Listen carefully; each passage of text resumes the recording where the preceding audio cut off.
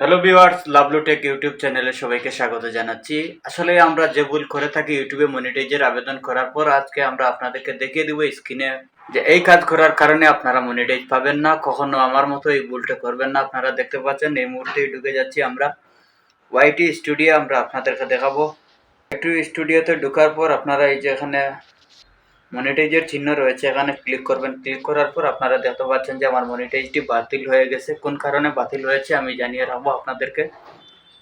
অবশ্যই যে কথাটি না বললেই নয়, আমাদের লাভলু টেক ইউটিউব চ্যানেলে যদি আপনি নতুন হয়ে থাকেন আমাদের চ্যানেলটি সাবস্ক্রাইব করবেন এবং পাশে থাকা বেল বাটনটি বাজিয়ে দিবেন। আপনারা দেখতে পাচ্ছেন যে ওয়ান স্টেপ দিয়েছে এখানে, যে কারণে বাতিল হয়েছে। কন্টেন্ট দিয়েছে যে কারণে আমার মনিটাইজটি বাতিল হয়েছে। আবেদন করার পর আমি একটি ভিডিও ডিলিট করে দিয়েছি।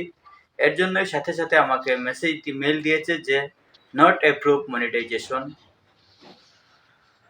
আমার ভিডিও ভিউ হয়েছিল 1,60,000, এখানে ওয়াচ টাইম এসেছে 11,000। আপনারা দেখছেন এই মুহূর্তে স্ক্রিনে।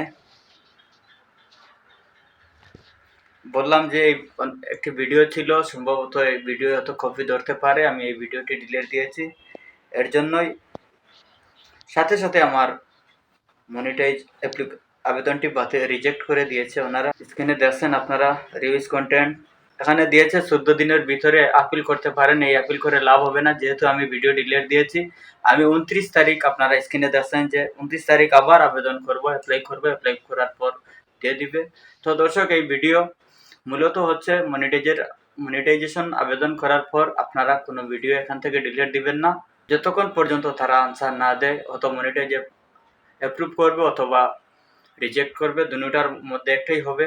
যদি আপনার ভিডিওতে কোনো সমস্যা না থাকে তাহলে আপনি মনিটাইজ পেয়ে যাবেন। সবাই ভালো থাকবেন, সুস্থ থাকবেন। আল্লাহ হাফেজ।